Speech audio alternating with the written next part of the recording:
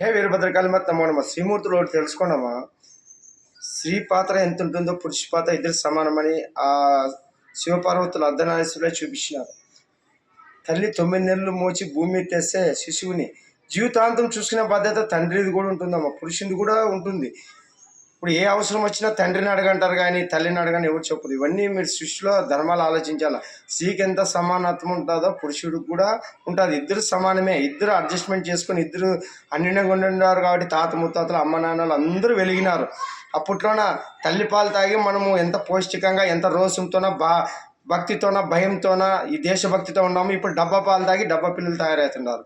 ఏమాత్రం సెంటిమెంట్ లేవు, తల్లిదండ్రుల సెంటిమెంట్ లేదు, అక్క చెల్లెని సెంటిమెంట్ లేదు, విచ్చిలుడికి తయారైపోయినారు.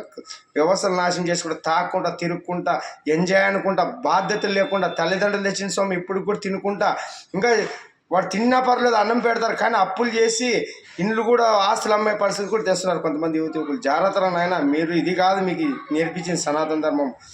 నీదేదో స్కిల్స్ ఉంటాయి రకరకాలుగా. ఫస్ట్ చదువు జ్ఞానం కోసం, నీ అదృష్టం కోసం ఉద్యోగం రావచ్చు, లేదంటే స్కిల్ ద్వారా కూడా డెవలప్మెంట్ చేసుకోవచ్చు. అన్ని సదుపాయాలకు రాబోయే వీరభద్ర వచ్చి అన్ని కల్పించి యువకులను వెలిగించే రోజులు దగ్గరలో ఉన్నాయి. ఇవన్నీ మన ఆయన చేస్తాడు. జై వీరభద్ర కాళీ మాత నమో నమః.